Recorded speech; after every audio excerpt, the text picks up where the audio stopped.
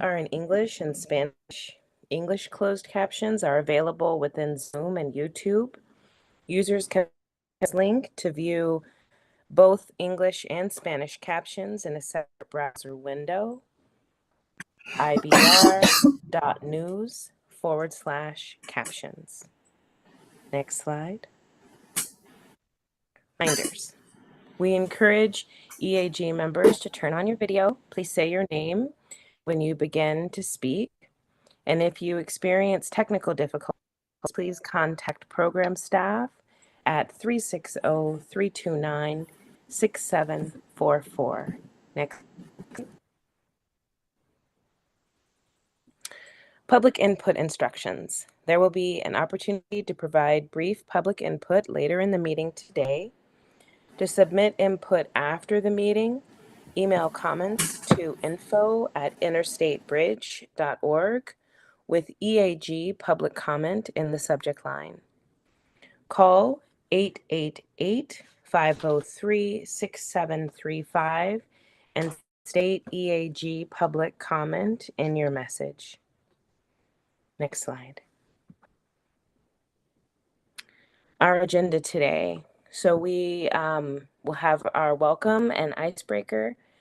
We'll have our program update, an equity roundtable debrief, program delivery and workforce opportunities, discussion, section 106 presentation, DSEIS community engagement plan and public hearings, and public comment at 7:50 and our close.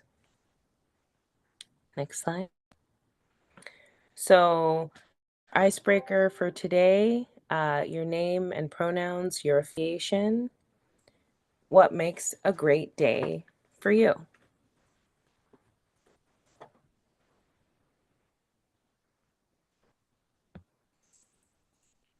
Who would like to start?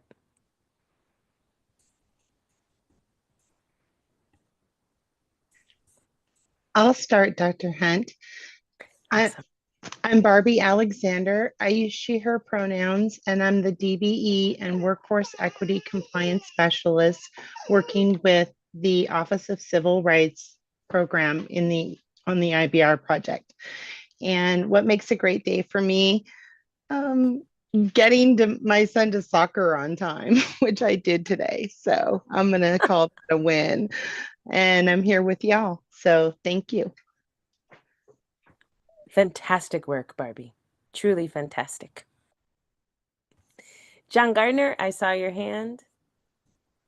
Yes. Good to see everyone. John Gardner with TriMet. I'm the Executive Director of Inclusion, Diversity, Equity, and Accessibility. And what makes a great day for me is progress in any one of those fronts. Even the littlest thing can make that feeling of accomplishment in this ethereal policy moving the work forward land. So just a little bit of happiness and progress makes me happy. Great, thank you. All right, Pat Daniels. Okay, I'm smiling because I have a habit of just getting up in the morning, having coffee and run. So what makes a great day for me now is having time to have breakfast. Awesome, that's really good.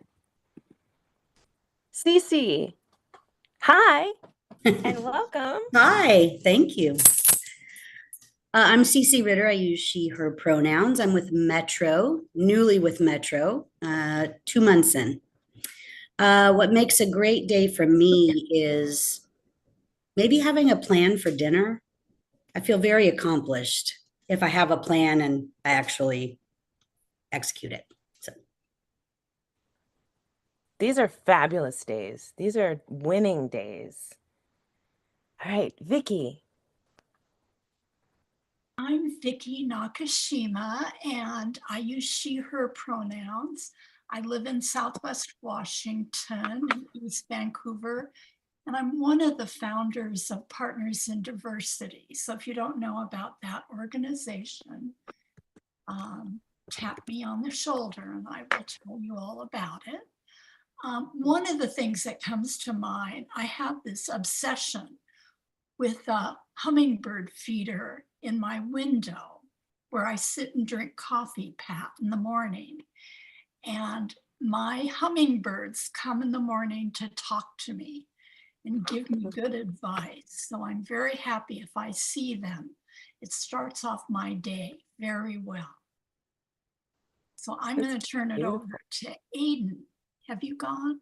I have not. Thank you, Vicki. Good evening, everyone. Aiden Gronauer, Assistant Director of Civil Rights and Equity for the IBR program. They, them, or he, him pronouns are good by me. Let's see. What makes a great day for me is two things. One, having some touch in nature, whether it's a walk or just sitting in nature. I agree with you, Vicki, all the beautiful hummingbirds singing and all the other little creatures, as well as having some type of quality time with somebody I love, whether that's a family member or a dear friend or a colleague, that would accomplish a great day for me. Let's see who has not gone. I will pass it on to Mr. Greg Johnson. Thanks, Aiden. I'm Greg Johnson. I'm an IBR program administrator, he, him. And what makes a great day is listening to good music. This weekend, in honor of Frankie Beverly passing, I played Maze all weekend. So it's good. And I can't see who is left. Meg. So Hi, y'all. I'm Meg Johnson. I use she, her pronouns. I'm here as a private citizen of Clark County. Love doing this work with y'all, so I'm happy to be here. A great day for me consists of two things. One, that I didn't have to set an alarm to wake up in the morning. I hate waking up to an alarm. If I can just wake up naturally, I'm happy. And then if I go out into my garden and I find a new form of life that I haven't recognized before. I got the honor of finding 4 new kinds of pollinators in my front yard this morning. So today is a very good day in my estimation. Let's see. Miriam, have you gone? No, thanks. I haven't. Thanks, Meg. Okay. Yeah. Miriam Halliday, CEO for Workforce Southwest Washington, one of the 3 regional workforce boards in the Portland metro region, and she, her pronouns. I'm going to go off, I think, of Cece's of having a dinner plan to actually having dinner done when I'm done with work. I think that's a good day. It saves me like an hour, in the evening to do something else. So I think maybe Nikki, pass it to you. Awesome. Thank you. I love your last name. Halliday is so cool. Hi, my name is Nikki Chen. I am the business partner for the Office of Equity and Inclusion for the City of Vancouver. And what makes a great day for me is I was able to get a nap. I love a good nap.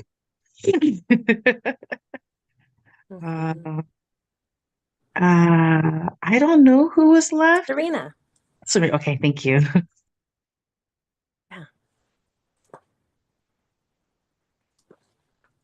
Hello, everyone. Serena Stoudemire Wesley, Assistant Director for ODOT, Equity and Civil Rights. And a good day for me is getting through my accomplishments. That's great. That's great. David. Hi, everybody. David Gitlin, he, him pronouns. I serve on the IBR Public Affairs and Community Engagement team. A great day for me is spending time with my puppy, which is every day. So they're all great. Awesome. Lucy.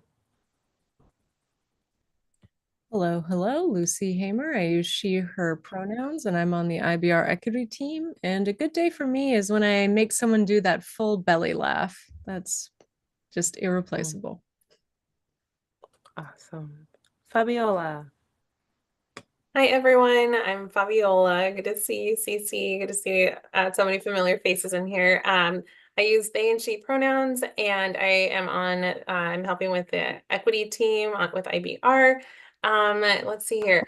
Well, I am a huge extrovert and I love to learn. So when I get to learn with people, that just makes it a really great day. So, yeah, that's me. Awesome. Shauna.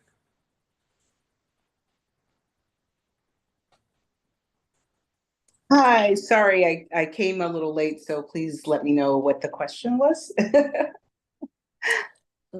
So your name, your pronouns, your affiliation, and what makes a great day for you?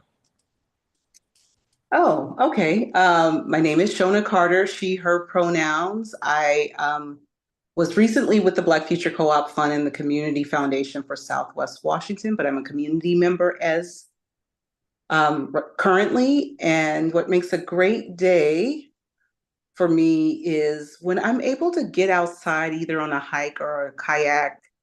I love when the weather is changing, the seasons are changing. So this is like the perfect time for me to like really be outside, not when it's really hot in the summer, but right when the seasons are changing. And yeah, when I'm outside on a trail or kayaking. Lovely. Lovely. Lydia. Hey everyone, Lydia Chun here. I use she, her pronouns, and I work with our major structures team for the IBR project. And then a great day for me is when I can check everything off on my to-do list and feeling that sense of accomplishment. Awesome. June. Hi, everyone. My name is June Reyes. I use she, her pronouns. I'm representing the Port of Portland. I've been with the port for like, I don't know, 6-ish weeks. And so thank you all for having me here. And I've watched a couple of your videos on YouTube. So I'm excited to be part of this group. And what makes a great day for me is being able to go outside and take a walk, especially if my kids can come with me. Thank you. And Shania.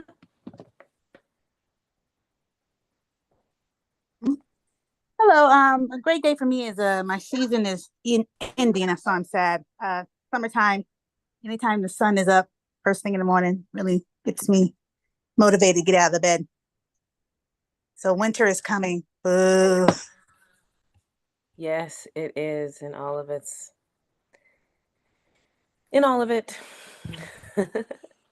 All right. I think we have one more. It would be Tanya, part of the IBR team. And to be honest, what makes me happy is had a knee replacement last year. So the ability to get up every day and walk pain-free makes me happy. Awesome. Awesome. All right. Great. Well, I'm going to pass to Greg Johnson, program update. All right, thank you, Dr. Hunt. This is it's a monumental time for the program. As many of you have probably heard, this Friday we will be we will be publishing our draft supplemental environmental impact statement process, and this is the kickoff of a 60-day public comment period.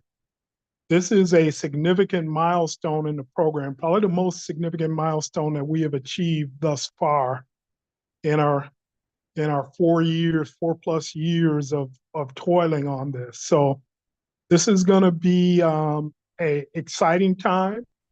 We're looking for as many commenters as we can. We're going to be doing a number of things, outreaching in the community to make sure everybody understands how to interact during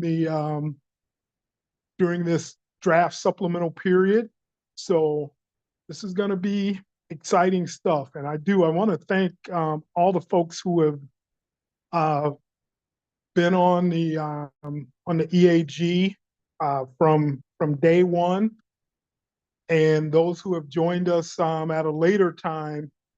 The work that was done here is part of the reasons we have attracted the attention of the USDOT with these very large grant awards. They see that we are different and doing things differently than other mega projects have done. And they are rewarding us with putting their confidence that we can get this done. And their confidence is shown by sending grant dollars our way. So it's been a hectic summer, but a very good summer. So just last month, we held 2 virtual community briefings back in August, one on a Tuesday and one on a Saturday, to talk to the community about how to interact with the document that will be coming out. So very good conversations. We had 60 people attend one day, 20 on another day. But once again, we're beating the drum to get folks ready and know how to interact with this draft supplemental document. We continue to do presentations. So our team has done a presentation before the Oregon Transportation Commission. We were at the City of Vancouver at their Culture, Arts, and Heritage Festival, committee rather, as well as their Parking Advisory Committee. We also have had, and it's not shown on this, we had the regional person from Federal Highway Administration come to town. We gave him a tour and did a presentation for him and his team to better understand this program. So that was a very successful day. We continue to do tabling, and we're going to continue to do this through the draft supplemental process. And this will be a staple of how we continue to interact and reach out in the community throughout the life of this program. So we were at the downtown Vancouver's farmer market, which if you haven't been to one of Vancouver's farmer markets, you should go. It is a great way to spend a Saturday or a Sunday. We keep constant contact with the neighborhood groups. So we were at the Bridgeton Neighborhood Association annual summer picnic, Providence Bike or Bridge Pedal rather, Vancouver Waterfront Concert Series. All of these things are just more and more ways to touch different groups of people at different times and find people where they're at, rather than have them having to track us down, and we'll come and track you down. We've been at the Portland Summer Concert Series, the Kenton Farmers Market, and also the Celebrating Black Arts and Culture event. So once again, we asked this group if there are any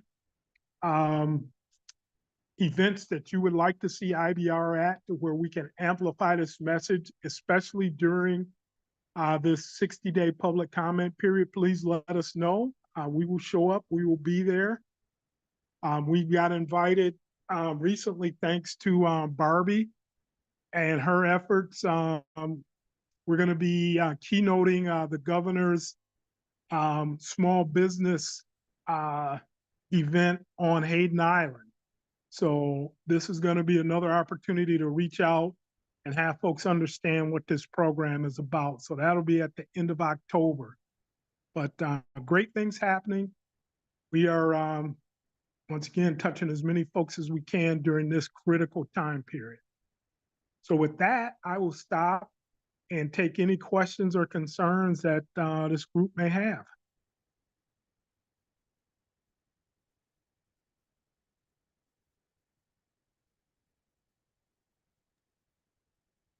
Greg, I have a Hi. question. This is Meg. Hey, Meg, how are you? Hi, real good. I would love to hear about the kinds of interactions that have been happening at all of these outreach events. What is the outreach team hearing? What are people saying out there? So the feedback that I've heard from our team members that go to these and staff these events is that most folks are vastly in favor of getting the bridge. And the main question they ask is, when are you guys going to start? So it is, I don't think there's a question anymore of if. The question is, let's get this underway and let's get it going. So the one thing I didn't talk about is our schedule. We hope that with this draft supplemental, the comment period ending in November, we will be putting forward what we propose to build based on the comments that we hear. And we're hoping to get what's called a record of decision around September of 2025. And that will give us the ability to start purchasing right-of-way, to start having those right-of-way conversations, and to also start construction. So we are hoping to have a shovel in the ground on this project probably late next year, late 2025. So, but yes, that's what we're hearing is folks are saying, let's get this thing underway. They're tired of talking about it. They want to see us get something built.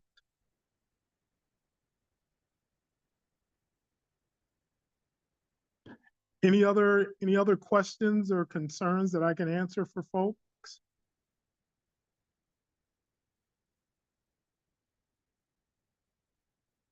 All right. Well, Dr. Hunt, I'll turn it back over to you. Great, thank you. All right, to Fabiola with the discussion about the Equity Roundtable. Wonderful. Thank you, Dr. Hunt. So this will be brief. Just want to let you all know that we have a series of equity roundtables, which are open for anyone to tune into via YouTube or social media sites. These are quarterly virtual sessions that bring together IBR staff and subject matter experts to discuss the intersection of equity and infrastructure projects. Kind of broadly, that's the purpose of these sessions.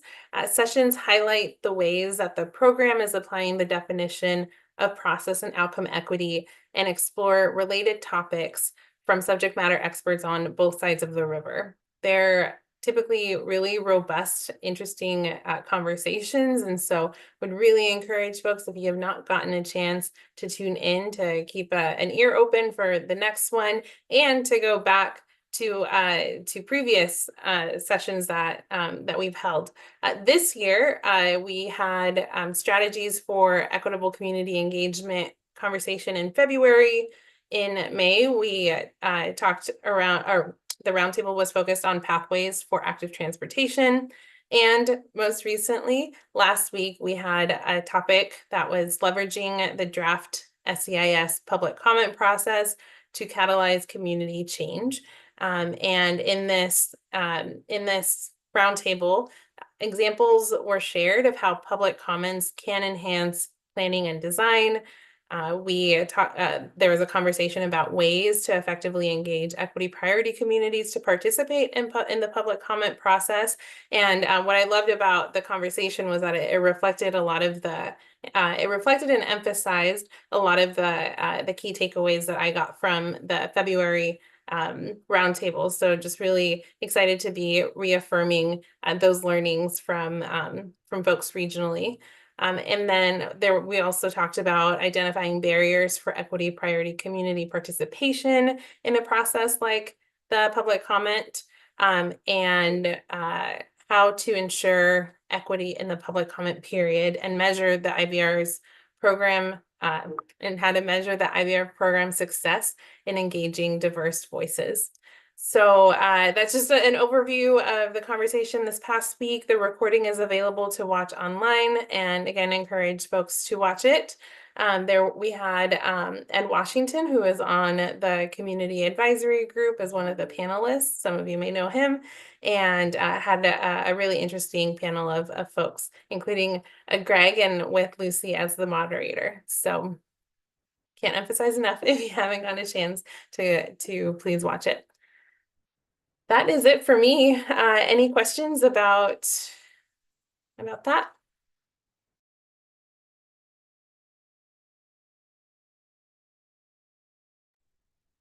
All right, well, thank you, Dr. Hunt. Pass it back to you.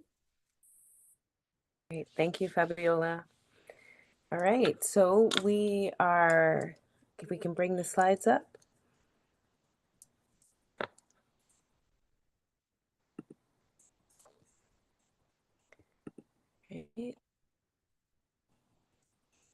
So let's bring the slides back up and let's pass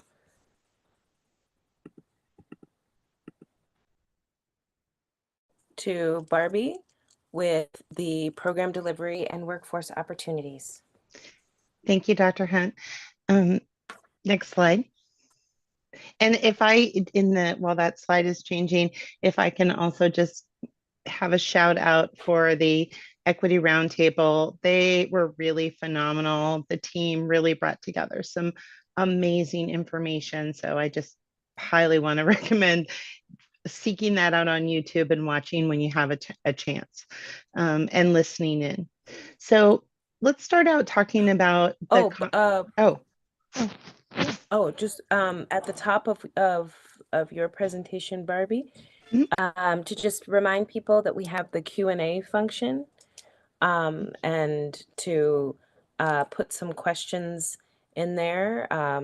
We're going to run through quite a bit of information today, and so people can use the Q&A function, and then the presenters will refer back to them.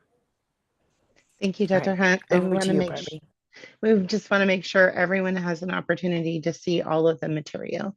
So starting again with our construction, packaging, and delivery, we took a look at this conceptual packaging and the delivery plan. And as part of that, those challenges were considered around cost, DBE participation, sequencing, and ultimately constructability.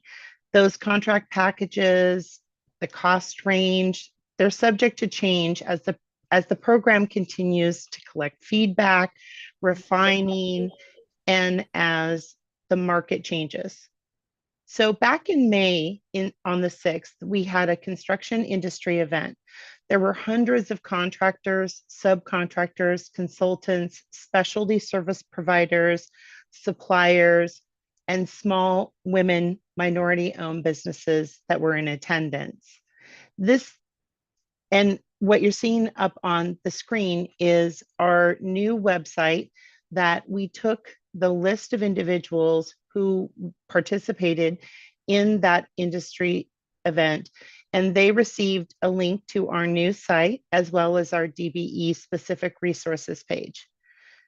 We sent a follow-up email, and we encourage folks to continue to check out the resources so that they have an understanding where things are located and where they'll be updated as we go along and how they can get involved. We've also published a list of all the firms we've connected with for others to view and facilitate with other conversations between the primes, DBEs, and et cetera. This is part of the capacity building that we're working on, getting folks ready for what is next. This program will have more opportunities for disadvantaged business enterprises to learn about future contracting work, discover resources, and the technical support that we're connecting folks to in the community. Hello, is someone there? And also network with other contractors. Next slide. So as you can see, this is our draft packaging, and it breaks up the construction in investments of 28 individual contract packages with opportunities for DBEs, consultants, contractors, subcontractors, specialty support services, and more. And in a future slide, I have a list of just a sampling of some of the ways that we're specifically targeting and making sure that folks know about opportunities on the project. So the delivery of the IBR investments will be sequenced, and it's expected to take about 10 years. The major construction is expected to begin with the bridge crossing and the approaches that you'll see the main Columbia River pack right here, which is designated in blue, as well as the on-ramps and these approaches in black and navy blue. The major, as well as the other support packages, including Evergreen Street Bridge, which is all the way right here. Whoops, I always want to go too far. If you can make your screen bigger, you can see that it's in green on the north end, and SR14 interchange with pre-completion tolling signage. The project price ranges for individual packages includes design, right-of-way, and construction costs. They're based on the program's 2023 financial plan, and it will be refined as details continue to emerge and estimates are updated based on current rates in the market. This program will continue to seek feedback from contractors and industry representatives, as well as look for opportunities to create those smaller contract packages and encourage participation by small businesses and those owned by women and minorities. This program's draft packaging and delivery plan is still conceptual, which means that things are likely that things are likely to change as the program refines its cost estimate and design advances. So a few things we could highlight while we're here on this slide. We have our pre-completion tolling signage, less than 1 year in duration, and it's about 5 to 6 million. It'll be delivered as a design bid build through in partnership with WashDOT and ODOT. Another example is the pre-completion tolling that's targeted to start as early as the start of construction. So as Greg mentioned, September, October next year. To prepare for this, the tolling signage will be installed throughout the corridor. As I mentioned before, the Evergreen Boulevard Bridge, that project's expected to take about 2.5 to 3 years. The cost will come in between 9 and 14 million. And it also includes the SR14 Package A, which is going to be carried by WashDOT as the primary contracting agent.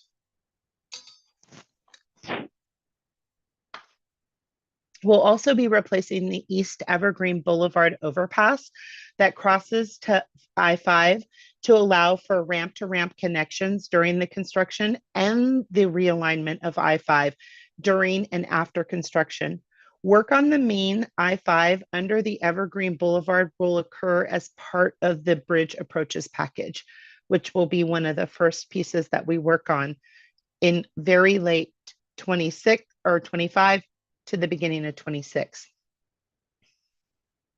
And I would like to also point out another package, which is our Columbia River Bridge. That's expected to take about 5 to 6 years and range between 1 and 1.5 billion. It will be delivered as a design build or progressive design build.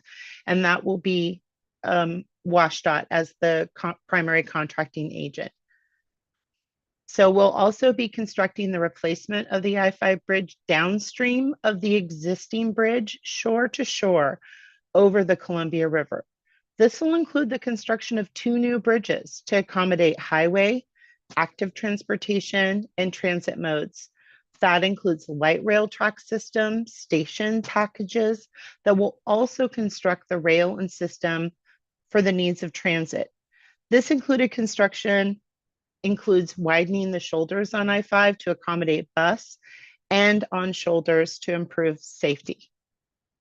Next slide. Hello. So this is the list that I mentioned that has those many types of work that are going to be needed to deliver the IBR program.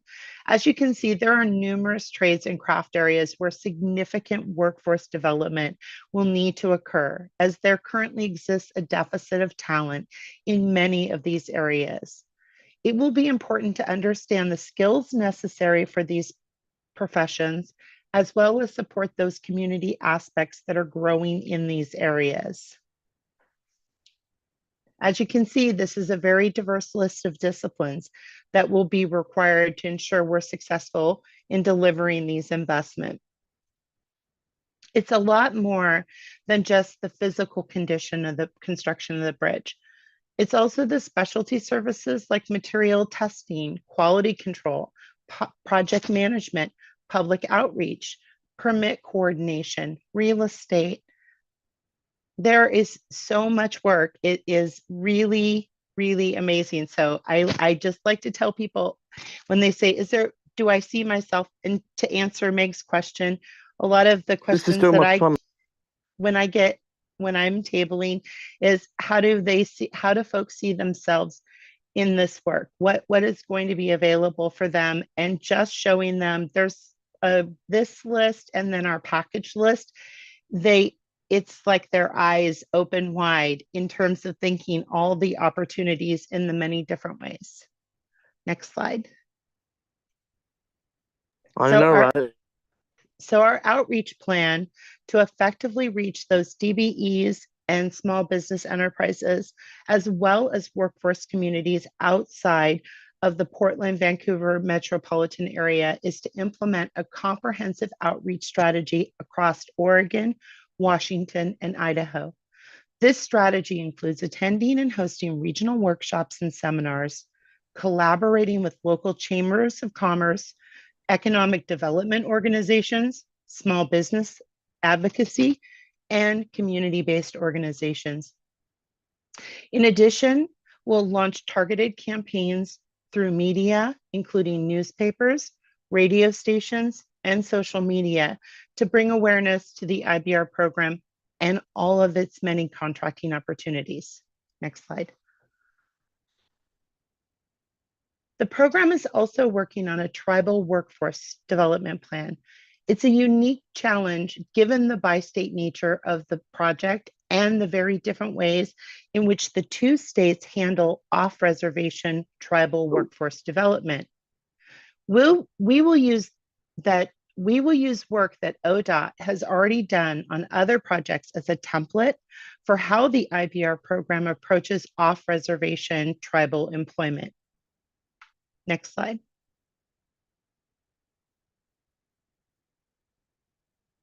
So during the month of June, members of leadership and the equity team held another roundtable. They invited leaders from Oregon and Washington who had successfully worked on federally funded infrastructure projects to share lessons learned from having and working with a priority hire ordinance on their projects. On August 22nd, the Workforce Equity Lead presented a recently approved Workforce Equity Program Plan to the Community Benefits Advisory members to continue the conversation around workforce on IBR and offer visibility on the work already being done. A very successful childcare roundtable was held last month on August 29th. Several leaders working on workforce equity and childcare needs in the area were invited to discuss strategies with the IBR leadership and find ways to collaborate on this important issue. The leaders invited to be part of this panel were Miriam Holliday, Chief Executive Officer of Workforce Southwest Washington, Damaris Martinez, Events and Operations Manager, Hispanic Metropolitan Chamber, Mary King, Co-Chair, Up Now Community Advocates, Rahi Reddy, Principal Pacific Northwest Director, Estelano Advisors, and Emily Walton. and Emily Walton from the Wender School. Next slide. The program is currently beating its goal of 15% DBE participation on the current GEC contract. We're working with federal partners to identify goals for each construction package. We've got a webpage with an impressive and ever-growing amount of information for DBEs, SBEs, MBEs that will help provide resources for capacity building, certification, and many other areas that will be required to help build, support, and strengthen our businesses and small businesses to prepare for the beginning of our construction. Next slide. So one of the ways to dive in a little bit around how we're supporting our small and disadvantaged businesses, we recently signed a strategic alliance memorandum with the Small Business Administration. This establishes a cross-referral program to ensure that small businesses are aware of all the opportunities that exist, resources and support from the Small Business Administration, as well as small businesses that are currently working with the Small Business Administration will be directly connected with the Interstate Bridge Program. This win-win referral program is incredibly unique and seeks to bring a new, we just heard there are 30,000 new small businesses registered with the Small Business Administration just in the last year in Oregon. So that's an impressive number of small businesses that we are going to be directly providing information to and connecting with the project. Next slide. We're also partnering with Apex. We've started a Train the Trainer series. And what that is that we worked with those partners in the Joint Agency Task Force, that's TriMet, CTRAN, WashDOT, ODOT, to develop a series of training around how to work with each of the individual agencies. This was targeted for our small business advocacy and community-based organizations as they provide support in the community so that they are well-versed in all the ways that small businesses can both take advantage of resources that are offered by each of our contractors, as well as understand all of the compliance requirements and get signed up for each of the programs. We're also doing the community engagement that has been mentioned by Greg previously. And we've also developed an IBR and small business organization working group. We meet monthly and discuss specific focused targeted areas that we can incorporate real meaningful change in our contract language to help support those small businesses. We're also conducting outreach. Those events like Planes, Trains, and Automobiles we attended at the Port of Seattle's contracting event. We also attended Greater Vancouver Chamber of Commerce, as well as Constructing Hope. They had a networking event. So we also have other things like our NAMCO Fall Member Trade Show, and most recently last week, attending the 2024 Regional Contracting Forum. Next slide.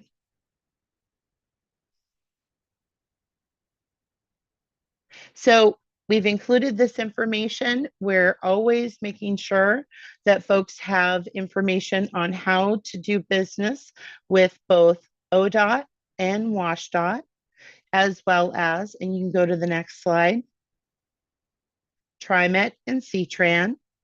And we'll be building out additional resources throughout the year while simultaneously working with small businesses, small business organizations in the community, and having that comprehensive outreach strategy so that no business is left behind.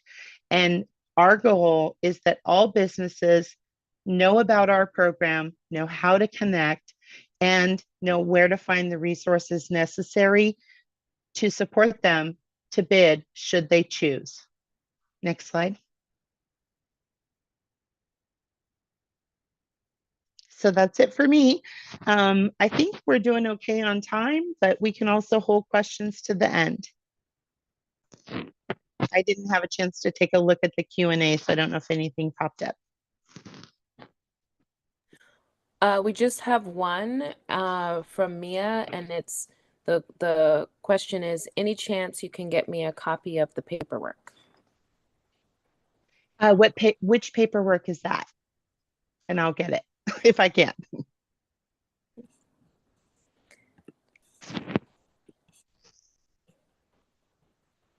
Mia, do you want to ask Barbie directly? Sorry, Well, they hopped off. Mia's. They were having They hopped off, yeah. audio issues. So yeah, if we could answer on here. I would Yeah, say you're done. see the small business and what you have for contractor support, just because I have some small contractors. I want to make sure that they get the information? You got it, Pat.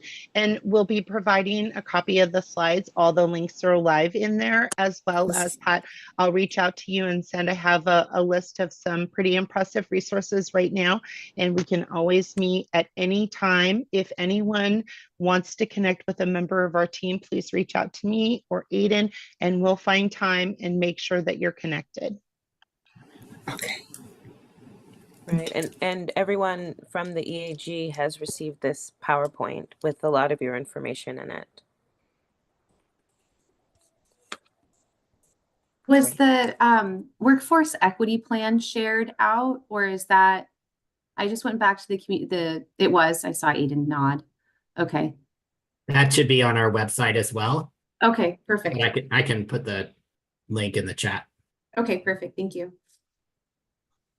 Thank you, Aiden.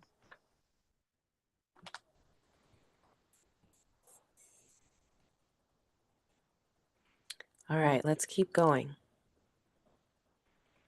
So, and if everyone can just make sure that they are muted. So David, if you'll take us through the draft SEIS, community engagement and public hearings. And again, for people to use the Q&A function, and we'll go through questions at the end. Great, thanks, Dr. Hunt. Again, David Gitlin, I'm on the community engagement team, and I kind of want to expand upon what Greg was talking about at the start of the meeting. Friday is going to be a very exciting day for the program, and we've got quite a bit of engagement activity coming up that I'm excited to share with you all. Next slide, please. And so, yeah, just as I said, our draft supplemental environmental impact statement is going to be released this Friday, September 20th. It should be available in the morning. And we have a comment period that starts on that day and continues for 60 days through November 18th. And we'll have plenty of opportunities for people to comment on our website and other sources. And I'll go over that in just a moment. Next slide, please.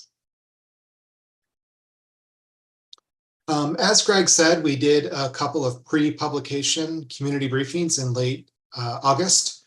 And yes, about 80 total participants. And you can see the question themes on the screen. We encouraged a lot of Q&A during those two briefings, and we got really great participation, taking us through the end of our time in both sessions. So there were some questions about the design of the program, some specifics about the program designs. You can see Westward Shift listed there, tolling and funding, how we're going to deliver the project. And Barbie spoke to that in quite a bit of detail. So thank you, Barbie. And there were some questions about participating in the program, including how someone may be involved in an advisory group, and some questions about direct impacts like traffic analysis, sustainability, and also the safety of the program. Next slide, please. So when the comment period is open this Friday, there are several options to provide comments on the document. There will be an online comment form. As someone on the program team, that is kind of our preferred way to collect comments, but any way is good. We'll have public hearing opportunities. As of this point, we have 4 scheduled public hearing opportunities, and I'll say a little bit more detail in just a moment. There will be an email address specific to receiving comments. That'll be draftscis@interstatebridge.org. We will have a voicemail line to accept comments, and that includes multilingual options. So people who speak a language other than English will be able to dial into that voicemail line and hear a prompt in their language and be able to leave a comment. And lastly, we're accepting physical mail. So people can mail their comment, a printed version of their comment, to us directly. Next slide, please. So this is a slide of all of our currently planned engagement dates. It says dates to be confirmed up top, but you're fine to write these in pen on your calendar. So we're starting out with 2 draft SEIS virtual briefings.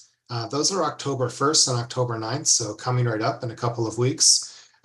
During these two briefings, we'll present on the findings of the draft SCIS. Findings like what are the transportation information, what's the environmental information, what information have we learned about affects the local communities. So these virtual briefings will be a presentation followed by a Q&A. We won't accept official EIS comments at these briefings. The intention is to be an informational session. On October 15th in Vancouver and the 17th in Portland, we will hold our 2 in-person public hearings with open houses. So these will be a combination of 2 events, essentially. One is a public hearing, which is an opportunity for people to provide their comments out loud to a court reporter. And the other is kind of a traditional open house format, where we'll have display boards and roll maps and information stations where people can speak directly to program staff to drill down into the findings of the draft SCIS. But it's really important to note that there will be that public hearing component where people can speak to a court reporter to record their questions. They're also welcome to fill out a comment form on their phone, or on tablets, or a handwritten form.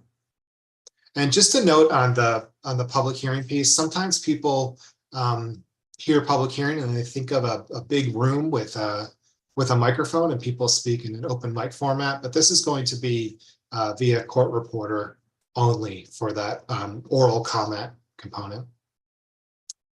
Later in October, we'll have virtual public hearings. And so this will be on Zoom, and people will be able to share their comments verbally. And they'll also be captured by a court reporter. So that'll be a pretty straightforward opportunity for people to share their comments, have them recorded, and then move on to the next person. So that won't be a presentation. It'll just be an opportunity for people to share a comment and then move on to the next person until we get through everybody.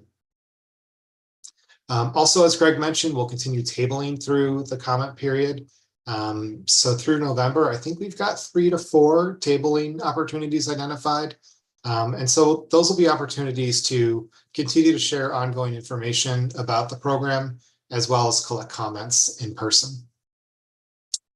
We are currently finalizing a schedule for equitable engagement. And so the key component of this is that we are conducting in-language presentations and collecting comments from several language groups. And we're also including opportunities for other specific priority communities to participate in these opportunities, including people living with disabilities and other groups. So more to come about specific dates and the communities we're reaching out to, but we're excited to begin that work. And our website lists opportunities for office hours, and we'll continue those throughout the comment period. So if people have specific questions they'd like to talk to program staff about, we welcome those questions, and we'll certainly set up time to talk through those questions directly. Next slide, please. Oh, so I did speak about this a little bit already, but here's just a couple more details about our public hearings with the open house. So we'll be at Clark College in Vancouver on the 15th and Portland Expo Center Hall E on the 17th.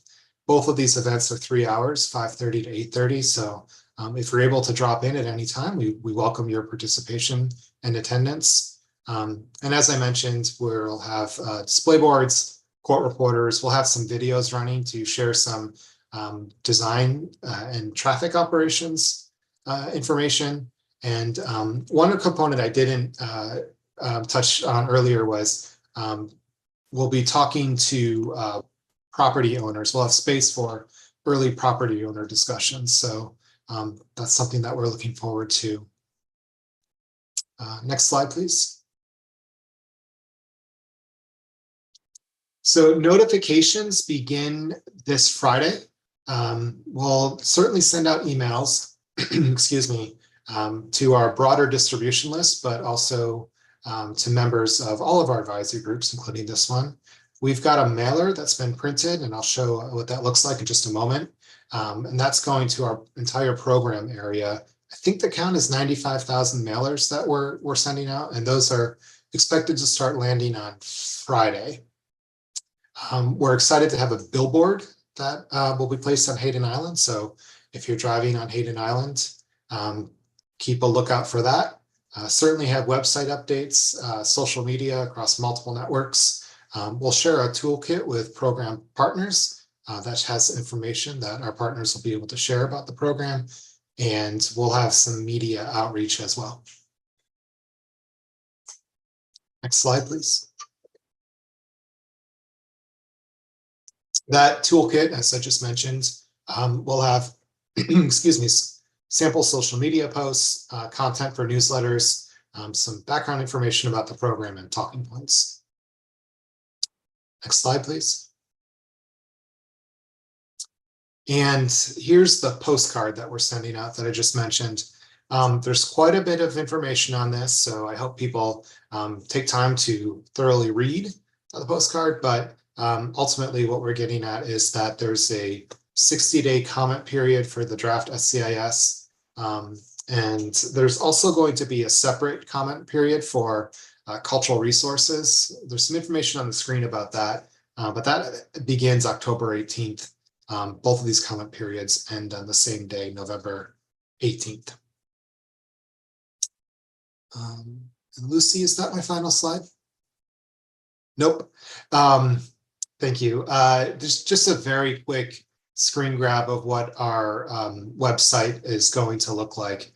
So the key components of this are some high-level videos, some specific content about what's going to be, or key findings, and then an ability to look at the individual chapters and technical reports, and importantly, the ability to submit a comment directly on the website.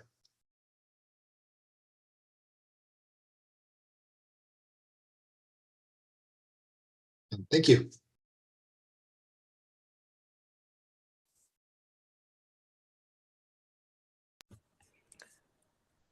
Great. So Meg has a question. The dates and places for these engagement opportunities are not on the IBR website's meetings and events page. When will they be added for easy reference to the community? Yeah, that's a great question, Meg. We'll have those loaded on Friday when the website launches. Okay. So how about instead of Q&A, we'll just ask questions. What questions come up for folks?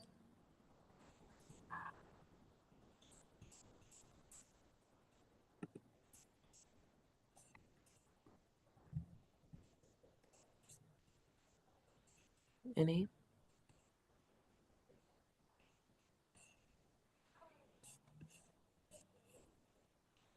I've got one thing I can add. Yeah. After each of our engagement events that we're going to have during the comment period, we're going to send out a evaluation form. It's really important that we hear what the community, how the community is responding to the events that we're offering, and that where we can make adjustments midstream, we'll do our best to make those. We just want to be ultra responsive and make sure we're delivering what people need and what they're asking for. John? Sorry, you might have said this, but is the website going to be available in other languages? Yes, the website will be available in other languages. The IBR website has a plugin at the top of the page where you can click a button to auto-translate. In addition to the website being available in multiple languages, we're also preparing the 80-page executive summary of the document that will also be available in multiple languages. Excellent, thank you. You're welcome.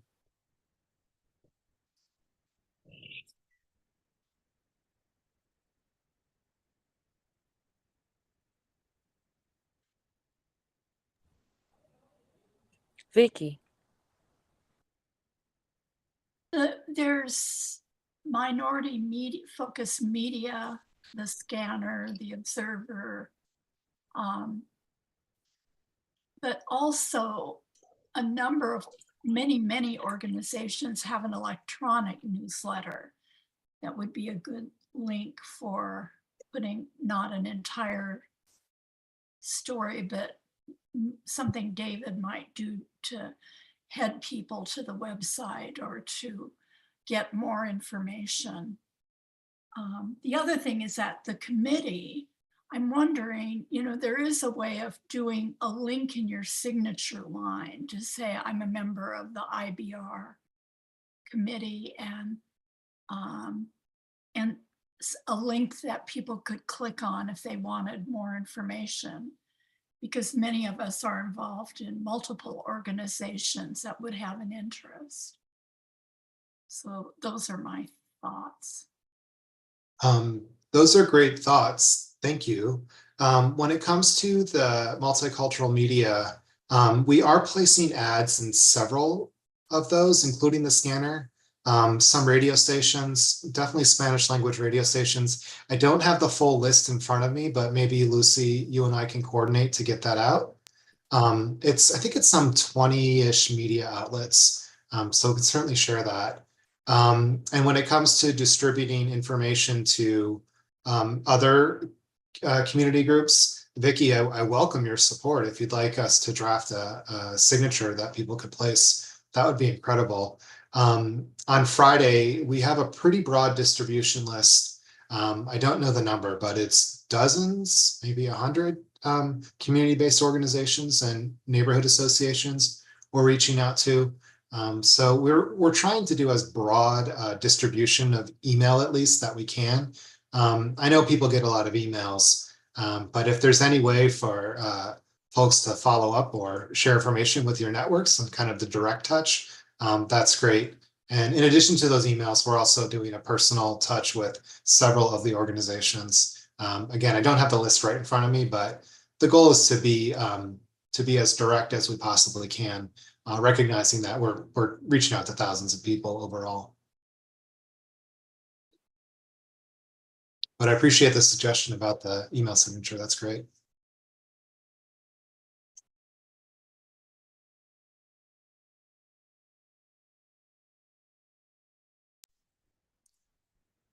All right, so if there are no other questions from the group, unfortunately, one of our presenters couldn't make it tonight last minute, and she was set to talk about section 106. And so Janelle, Aiden, did we want to try to proceed with that content this evening on section 106?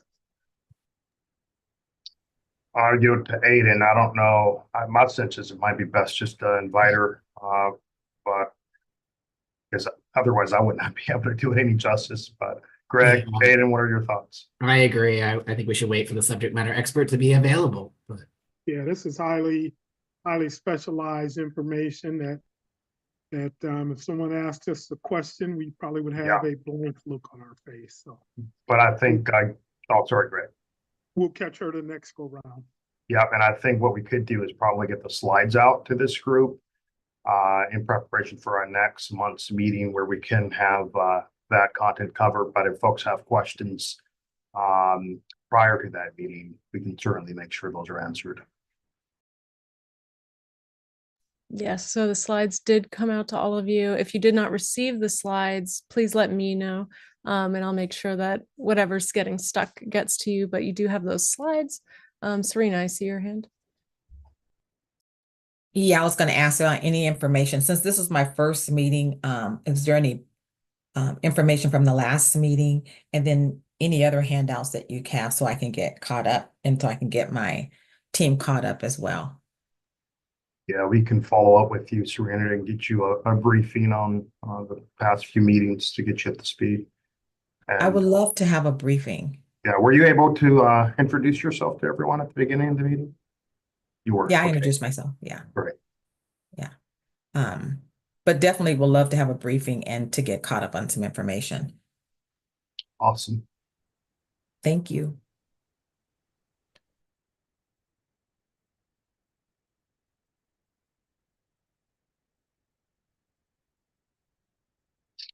Aiden? yeah, if I can double check in on one question from Meg, I want to make sure I heard you correctly.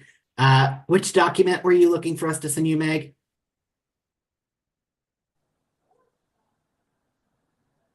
It wasn't for me. I wonder who, let's see. Yeah. I think maybe was it Mia? Was it Mia? Mia, it was in the chat. Yeah. Oh, okay. So we might need some more clarity on that. Three-letter names, we get No, mixed up no there. problem. My apologies. I thought I shot off that it was on the website, but then somebody corrected and thought I misheard the document name. So we'll figure it out. Thank you.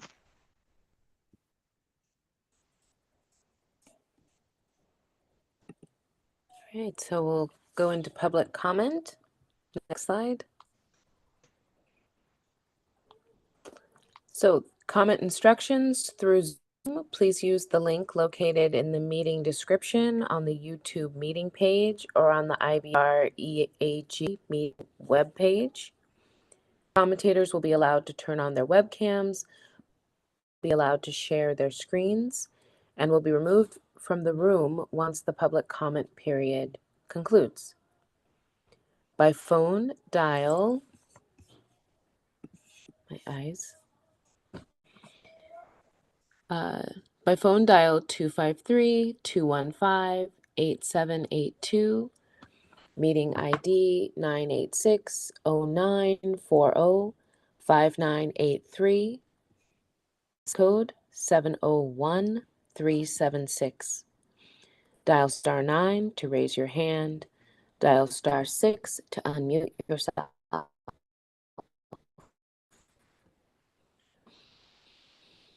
The facilitator will call participants to provide comment.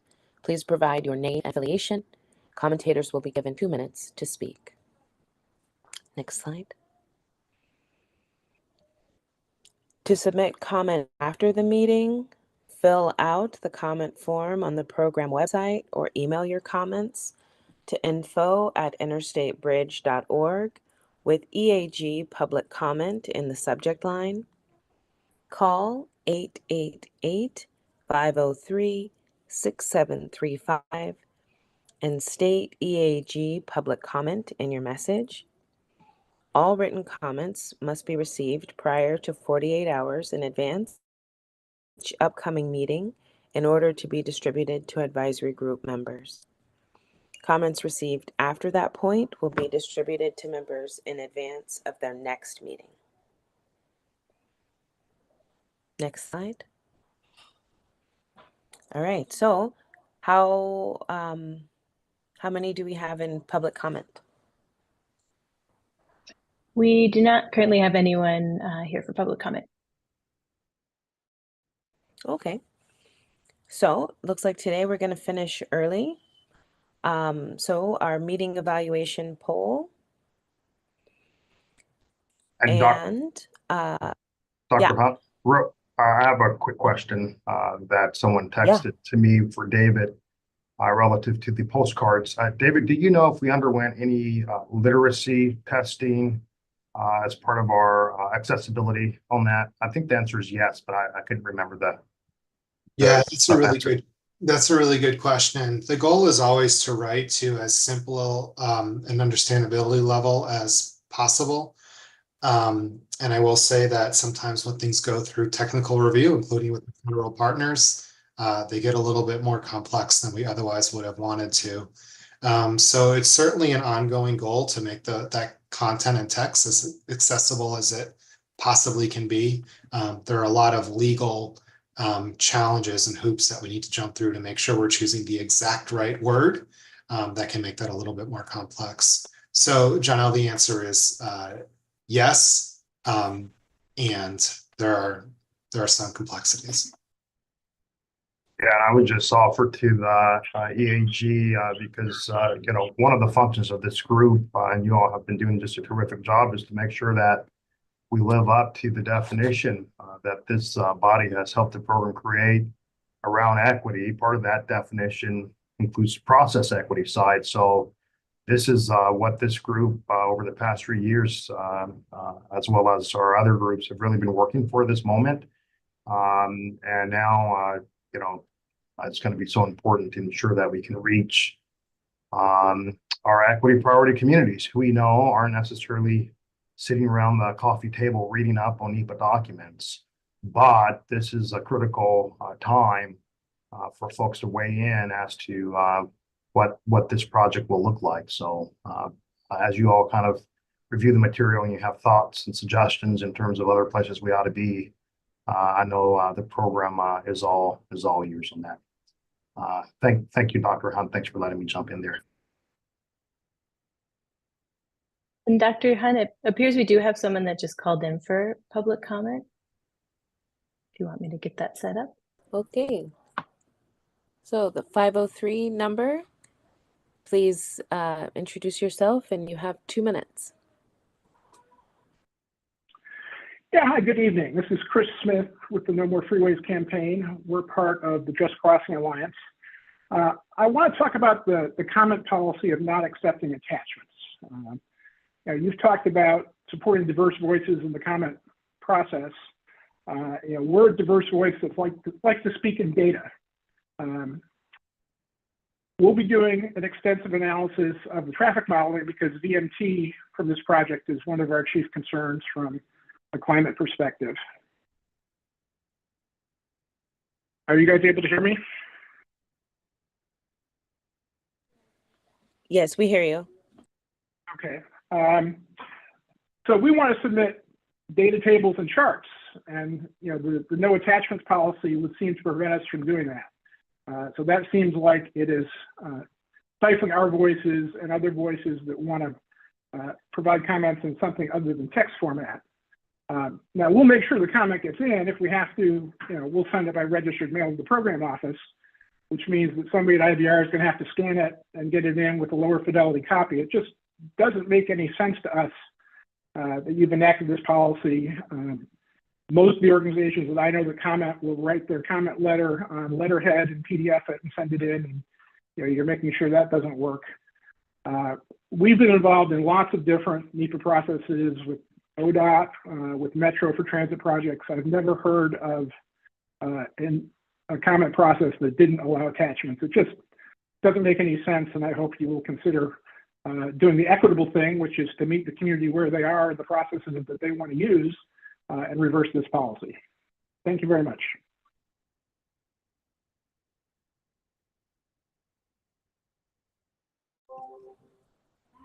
Thank you. Right, is that, that's all of public comment? Yes, correct. Okay. All right. And our next meeting will be October 21st, 5:30 to 7:30. 3 takeaways from today.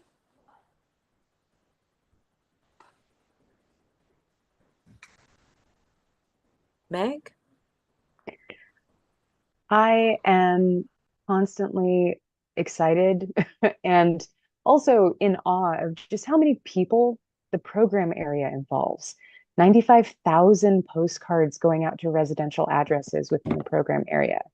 That means that the work that we're doing and this bridge in general is really going to change a lot of lives pretty quickly once it gets going. So it just constantly hits me that we're actually doing this for a reason, right? So it's not just the bridge, it's the people that surround it and use it.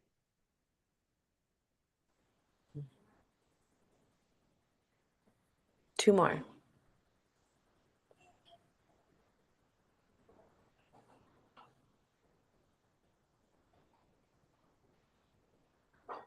And I would like to also add, this is Meg again, I'm really happy that we had public comment. It gives me such joy that actually like folks are calling in and like involved in the process too. So and that's just woohoo. Okay. Yeah. John. Yeah, first I'll agree with Meg. It's great to hear other voices. You know what I mean? Like obviously we've been in this for more than a year. I can't even remember how many years now, and some of us for even longer than that. So recognizing that even though we have a lot of momentum, there's still questions. But just a shout out to the team and the staff, and even I don't think people have a sense of the scale. I think this is the largest project of Oregon's history. Like, I can't remember the scale of this, the 20 packages, and people, I mean, eventually Aiden will roll all that out, and people don't quite understand how much work that is. This is a legacy project that has the ability to not only improve the environmental quality of our region, but literally legacy jobs, economic wealth, and a balanced approach. And it's impressive how much staff work continues to go in to keep everybody connected. Like Meg said, 95,000 mailers is a ton.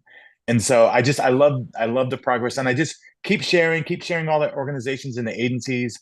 I think it was said earlier, dozens, if not over 100. So we're all talking to the same people, and I think it's just a great model, and I'm very proud to be a part of it. So thank you.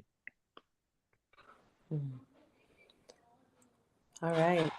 Thank you, everyone. Enjoy your evening, and we will see you in October. Thank you, everyone. Thanks, everyone. Thanks, everybody.